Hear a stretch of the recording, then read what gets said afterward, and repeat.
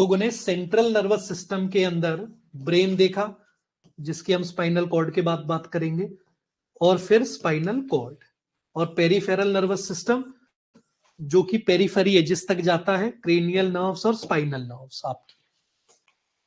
तो spinal cord जो है वो इस तरीके से आपके ब्रेन के ढांचे में से निकलती है और ये सीधे अंदर जाती है आपके। तो इस तरीके से जैसे आपका हाथ है, ऐसे एक बोन का वर्टिब्रल स्ट्रक्चर, जिसको वर्टिब्रल कॉलम कहते हैं, कॉलम मतलब लंबा, कॉलर, तो कॉलम जो है वो आपका इस तरीके से होता है, जैसे मान लीजिए पूरा का पूरा इस तरीके से बाउंड, और इस कॉलम को ये इस तरीके से रहता है, और इस कॉलम के बीचों बीच जो है वो आपकी स्पाइनल कॉर्ड जाती है। स्पाइनल कॉर्ड बहुत डेलिकेट होती है। अगर मैं एग्जांपल दूं कि एक सही एग्जाम्पल क्या होगा एक स्पाइनल कॉर्ड को मतलब एग्जाम्पल देने का, तो मैं कहूंगा एक हॉर्स की टेल।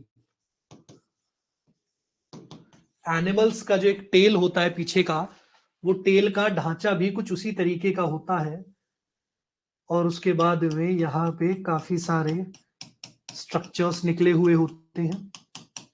तो इस तरीके का स्ट्रक्चर जो है आपका स्पाइनल कॉर्ड का होता है, जैसे एनिमल्स की टेल या पूंछ हो, बिल्कुल उसी तरीके से, उसी तरीके का एक स्ट्रक्चर आपका ब्रेन से निकलता हुआ आपके बिल्कुल एंड तक, बिल्कुल को नीचे तक, बैक तक जाते हुए, और ये पूरा का पूरा स्ट्रक्चर स्पाइनल कॉर्ड जो है, इसमें से आपके इस तरीके से नर्व सेगमेंट्स निकल रहे होते हैं, जो नर्व सेगमेंट्स आपके पूरे शरीर तक जाते हैं, और सारा का सारा डेटा आपका जो है वो बॉडी का लाते हैं आपके स्पाइनल कॉर्ड तक, और फिर स्पाइनल कॉर्ड कुछ डिसीजन अपने आप लेता है, जैसे रिफ्लेक्स एक्शंस, और बाकी जानकारी दिमाग तक पहुंचा देता है। तो स्पाइनल कॉर्ड और ब्रेन दोनों बहुत इंपॉर्टेंट चीजें हैं हमारी पूरी बॉडी की इफेक्टिव फंक्शनिंग के लिए। तो इस तरीके से स्पाइनल कॉर्ड जो है वो ऐसे बोन के एक बॉक्स कॉलम में फिट होती है। इस बोन में मूवमेंट पॉसिबल हो पाता है, और ये बोन जो है ये जितने भी इसके इस तरफ ये एजेस होते हैं, इसके बंटवारों में होती है। जो आपका ऊपर के अवेलेबल होते हैं, उस अवेलेबल वाले में आपको सर्वाइकल कहा जाता है। सर्वाइकल यानी कि नेक। उसके बाद में ये जो बीच का पार्ट होता है, जो 12 आपके अवेलेबल हैं, ये आपके थोरेसिक कहलाते हैं। थोरेसिक मतलब चेस्ट, चेस्ट वाला एरिया। और ये नीचे आपका लुम्बर वर्टिब्रे होती है, जो आपका बैक का एरिया होता है। उसके बाद में नीचे सैक्रल और आपका कॉकेक्स, ये जो है ये दोनों के दोनों पार्ट आपके हिप एरिया का हिस्सा बन जाते हैं। इसके अंदर आपकी स्पाइनल कॉर्ड अंदर ट्रैवल करती है।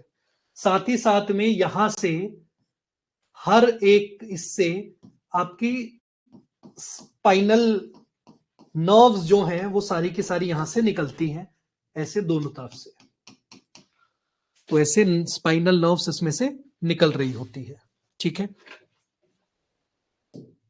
अगेन स्पाइनल कॉर्ड है तो प्रोटेक्शन बहुत ज्यादा चाहिएगी। तो प्रोटेक्शन सबसे पहले तो जैसे ऊपर स्कल को मिलती है, यहाँ पे वर्टिब्रल कॉलम से मिलती है। उसके बाद में मेनिंजस से मिलती है। मेनिंजस में आपका ड्यूरामीटर, आपका एरेक्नॉइड मीटर और आपका पायामीटर, इन तीनों से मिलती है। एरेक्नॉइड और आपका पायामीटर के बीच में जो सब एरेक्नॉइड स्पेस होता है, उसमें आपका सेरिब्रोस्पाइनल फ्लूइड प्रेजेंट होता है, जो एक्स्ट्रा सपोर्ट प्रोवाइड करता है। साथ ही साथ में आपका ब्लड ब्रेन बैरियर होता है, जो कि इसको और ब्लड वेसल्स के थ्रू कोई भी ऐसी गंदगी जो आके दिक्कत ना कर जाए, वो भी यहाँ पे अवेलेबल होती है, सिक्योर होती है। ठीक है। इस तरीके से आपके स्पाइनल कॉर्ड को एक्स्ट्रा सपोर्ट मिल जाता है। तो जो प्राइमरी फंक्शन होता है स्पाइनल कॉर्ड का, वो मोटर फाइबर्स को एफेक्टर ऑर्गन्स तक ले जाना। ऐसे ऑर्गन्स जो रिएक्ट करते हो, जिन पर ब्रेन जाके कमांड देता हो या ये कमांड देते हो, उन तक जानकारी लेके जाते हैं। स्पाइनल कॉर्ड जो है उसके पास कुछ ऑटोनॉमी भी होती है, जैसे रिफ्लेक्सिव एक्शंस को कंट्रोल करना। अब एक बार मैं पहले आपको विजुअली दिखाना चाहता हूं स्पाइनल कॉर्ड। एक बार दोबारा शुरू करते हैं, एक बार सभी ध्यान दीजिए। The pia mater is the innermost meningeal layer and adheres tightly to the surface of the spinal cord. Importantly, the pia mater gives rise to a number of outgrowths that function to anchor and provide stability to the spinal cord. Paired ribbon-like extensions of pia mater extend laterally and attach to the dura along the length of the spinal cord. These are known as denticulate ligaments, and they arise medially in between the anterior and posterior roots of the spinal nerves. Another pial outgrowth is the filum terminale, which arises at the distal end of the conus medullaris. It stabilizes the spinal cord by anchoring it distally to the bony coccyx. The tapered end of the spinal cord is called the conus medullaris. This is where the spinal cord ends.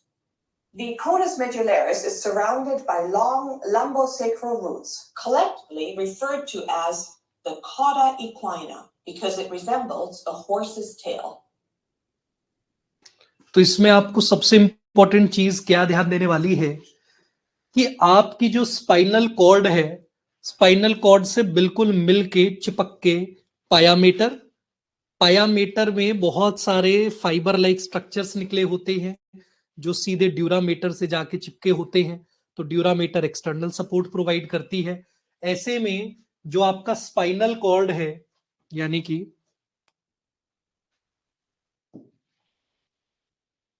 अगर यहां पे हम देखें तो ये जो आपका spinal cord का ढांचा आ रहा था, तो आपकी स्पाइनल कॉर्ड तो यहीं पे एंड हो जाती है, लेकिन एक स्पाइनल कॉर्ड से एक सीधे ढांचा ये बिल्कुल बेस में जो बोनल स्ट्रक्चर होता है उसको पकड़े रखता है। इसका काम ये होता है कि आपकी स्पाइनल कॉर्ड दौड़ते भागते हुए इधर उधर ना टकरा रही हो। अगर इधर उधर टकराएगी तो आपका उसको नुकसान हो सकता है। तो ऐसे में ये बिल्कुल नीचे स्ट्रक्चर जो है वो नीचे वाले बोन से इसको फिक्स रखता है, जैसे ऊपर से नीचे किसी तार को फिक्स्ड पकड़ा हुआ हो। तो इस तरीके से ये स्टेबिलिटी प्रोवाइड करता है नीचे जाके। और इसके बाद में आपके बहुत सारे इस तरीके से फाइबर टाइप स्ट्रक्चर्स निकले हुए होते हैं नीचे की तरफ, जो कि आपका कॉडा इक्विना कहा जाते हैं। पूरे स्ट्रक्चर में आपको ये चीज पता हो कि ये कॉडा इक्विना कहा जाता है। तो कॉडा इक्विना आपके स्पाइनल कॉर्ड के एंड में बहुत सारे फाइबर लाइक स्ट्रक्चर्स निकले हुए होते हैं, उनको हम कहते हैं कॉडा इक्विना। ठीक है, अब हमने ये तो देख लिया कि एक स्पाइनल कॉर्ड जो है जनरली कितनी हल्की अंकिता, आपकी स्पाइनल कॉर्ड जो है वो आपकी तीनों लेयर से ढकी हुई होती है। जो आपका सेंट्रल नर्वस सिस्टम है, दो नर्वस सिस्टम हो गए आपके, central nervous system, peripheral nervous system. Central nervous system यानी कि ब्रेन और स्पाइनल कॉर्ड वो तीनों लेयर से ढके होते हैं।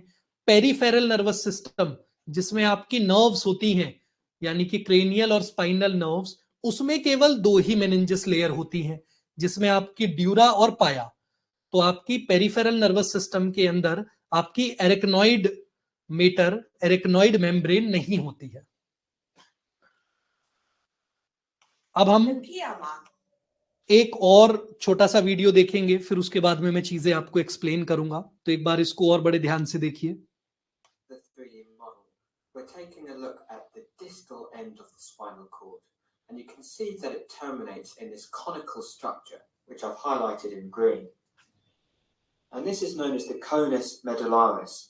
And extending from the tip of the conus medullaris, you've got a strand of connective tissue which attaches the conus medullaris to the first coccygeal vertebra, and this strand is called the filum terminale.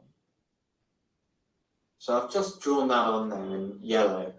So as you can see, the lumbar and sacral spinal nerves kind of hang down from the conus medullaris, and they form this kind of arrangement which looks like a horse's tail.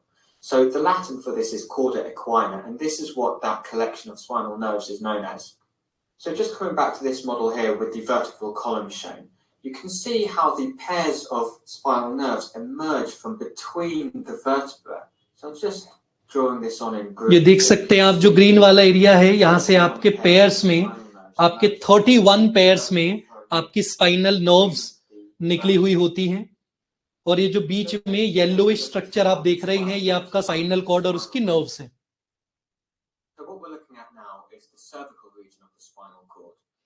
ये आपका cervical reason है, cervical यानी कि नेक वाला reason है. तो देखिए spinal cord जो है वो इस तरीके से आपकी नर्व्स आके जुड़ रही हैं दोनों तरफ. So if I just rotate the model round, you can see that there's a root at the front, so that's the ventral root, and a root at the back. आप देख सकते हैं कि जो ये नर्व्स आके मिल रही हैं, ये कुछ दो ढांचे में हैं. The spinal nerve itself, and the spinal nerve exits the vertebral column via the intervertebral foramina. So immediately after leaving the intervertebral foramina, you can see that there's another division. So the spinal nerve divides into a ventral and dorsal ramus. नीचे भी आपकी ऊपर दो थी, एक आते हुए फिर नीचे दो में बट गई.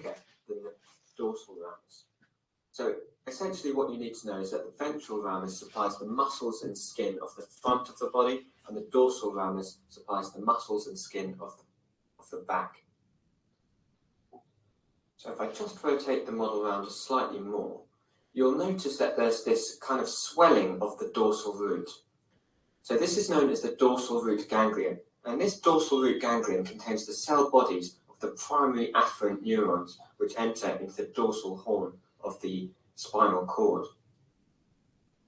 So the cell bodies of the ventral root are actually contained within the grey matter of the spinal cord. So I'll talk about this in more detail in the next part of the tutorial. But essentially you've got.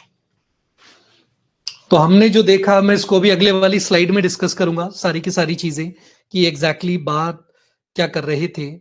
तो आपका पूरा का पूरा जो ढांचा है, ये सारा का सारा ढांचा, ये सोनल आपका पूरा का पूरा ढांचा जो है, ये आपका लिपटा हुआ होता है आपकी मेनिंजिस से.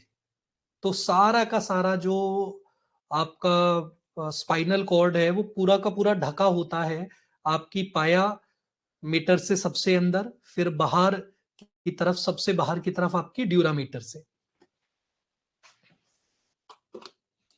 थोड़ा सा यहां पे बात करते हैं, फिर जो सेकंड वीडियो देखी थी उसके बारे में आगे देखेंगे. तो इस तरीके से आपके यहां पे ये 7 है, 7. तो इस तरीके से आपके सर्वाइकल, थोरेसिक, लंबर, सैक्रम और नीचे का कॉकेक्स. तो ऐसे में जो सर्वाइकल स्पाइन होती है, सर्वाइकल नेक पे आ रही है ये वाला हिस्सा वर्टिब्रल कॉलम का, तो ये वाला आपका स्पाइनल कॉर्ड को सपोर्ट देता है, हेड को मूवमेंट प्रोवाइड करता है, ब्रेन में ब्लड फ्लो को सपोर्ट करता है. जो थोरेसिक पार्ट होता है, चेस्ट का पार्ट, वो अगेन आपके रिब केज को, चेस्ट एरिया को सपोर्ट एक्सटेंड करता है, रिब केज को सपोर्ट एक्सटेंड करता है. जो आपका लंबर वर्टिब्रे होता है, ये आपके लेग मूवमेंट्स को बहुत ज्यादा सपोर्ट करता है.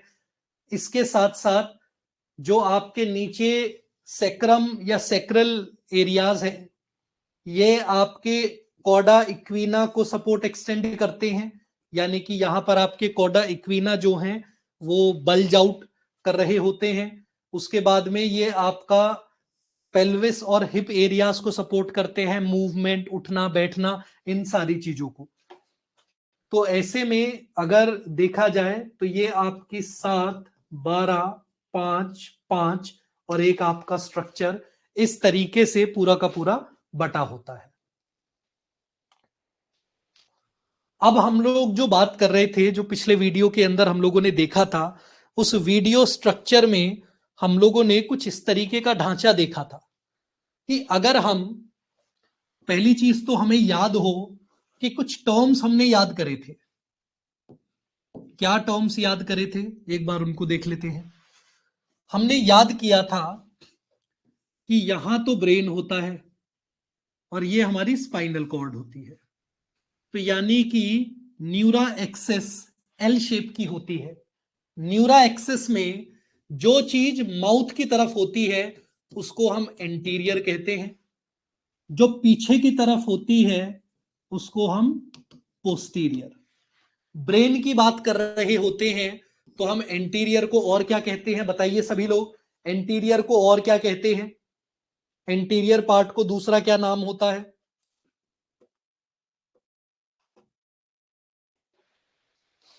जल्दी बताइए। एंटीरियर को आपके रोस्ट्रल भी कहा जाता है जब हम खासकर ब्रेन की बात कर रहे हो, और पोस्टीरियर को कॉर्डल। जो पार्ट टॉप की तरफ होता है इसको डोर्सल, और जो नीचे की तरफ होता है उसको वेंट्रल।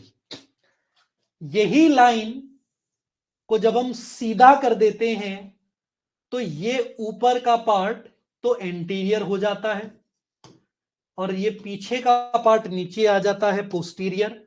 डोर्सल ऐसे हो जाता है तो ये पार्ट आपका बैक की तरफ डोर्सल कहलाता है, और ये पार्ट पेट की तरफ, स्टमक की तरफ फ्रंट वाला पार्ट ये आपका वेंट्रल कहलाता है। तो डोर्सल वेंट्रल डायरेक्शनल टर्म्स थे। तो डोर्सल मतलब टॉप, टॉप बैक, वेंट्रल मतलब ये फ्रंट वाला पार्ट। तो डोर्सल मतलब बैक की तरफ, वेंट्रल मतलब फ्रंट की तरफ। तो यहां पर स्पाइनल कॉर्ड का अगर हम ये स्ट्रक्चर देखेंगे तो इस स्ट्रक्चर में अंदर ग्रे कलर का एच शेप का एक ढांचा बन रहा है। तो ये आपका एच शेप्ड ग्रे मैटर कहलाता है, क्योंकि देखेंगे तो ये ग्रेइश कलर का होता है। ये ग्रेइश कलर का इसलिए होता है क्योंकि यहां पे जो न्यूरॉन्स होती हैं, इंटर न्यूरॉन्स, जो न्यूरॉन एक से इंफॉर्मेशन लाके दूसरे को दे देती हैं, वो सारी की सारी अनमाइलिनेटेड होती हैं, यानी कि माइलिन शीट उन पर नहीं होती, जिस वजह से उनका कलर जो है वो आपका ग्रे कलर का हो जाता है। और जो व्हाइट मैटर है, ये जितना भी एरिया व्हाइट कलर का है, ये व्हाइट इसलिए है क्योंकि यहां पर एक्सन्स के ऊपर माइलिन है। तो माइलिन फैटी है, तो माइलिन से यहां पर कलर व्हाइट दिखता है, तो आपका ये व्हाइट मैटर कहलाता है और ये आपका ग्रे मैटर कहलाता है। ठीक है, तो आपका अंदर ग्रे मैटर का एक एच शेप्ड स्ट्रक्चर बनता है। ठीक है, तो अंदर ग्रे कलर का क्यों है? क्योंकि स्ट्रक्चर अनमाइलेटेड है। ठीक है, और यहां पर इंटर न्यूरॉन्स होती हैं, ऐसी न्यूरॉन जो ये इसको इससे जोड़ देंगी।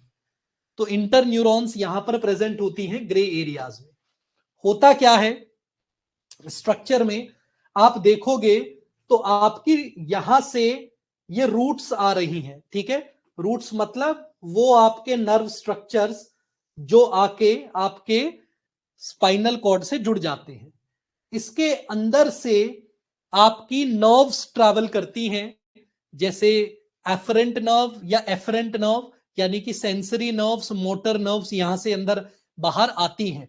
तो इनके अंदर आपके न्यूरॉन्स एग्जिस्ट करते हैं जो कि इंफॉर्मेशन को एक जगह से दूसरी जगह तक ले जाते हैं।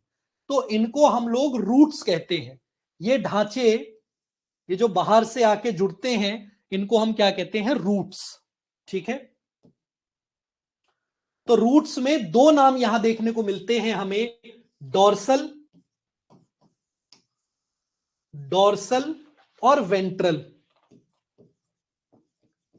तो ये डोर्सल और वेंट्रल का मतलब, डोर्सल मतलब बैक की तरफ, वेंट्रल मतलब पेट की तरफ। तो ये आपकी दो रूट्स ऐसे आगे पीछे आती हैं। तो आपकी डोर्सल जो रूट है वो आपकी बैक की तरफ को आती है, और जो आपकी वेंट्रल रूट्स हैं ये आपके पेट की तरफ को आती है। तो ये आपके डायरेक्शंस हैं एक दूसरे के रिलेशन में, जिस डायरेक्शंस को इन्होंने यहां पे नाम दे दिया है कि भाई ये रूट डोर्सल है, ये रूट वेंट्रल है। तो रूट्स जो हैं इन रूट्स के अंदर आपकी नर्व्स अंदर आती हैं, इंफॉर्मेशन लाती हैं, फिर इंफॉर्मेशन जाती है। ठीक है, तो ये क्या हो गए आपके डॉर्सल और वेंट्रल रूट्स। तो बाहर के ये ढांचे ये आपके क्या कहलाएंगे, रूट्स। ठीक है, तो डॉर्सल रूट बैक की तरफ, वेंट्रल रूट पेट की तरफ।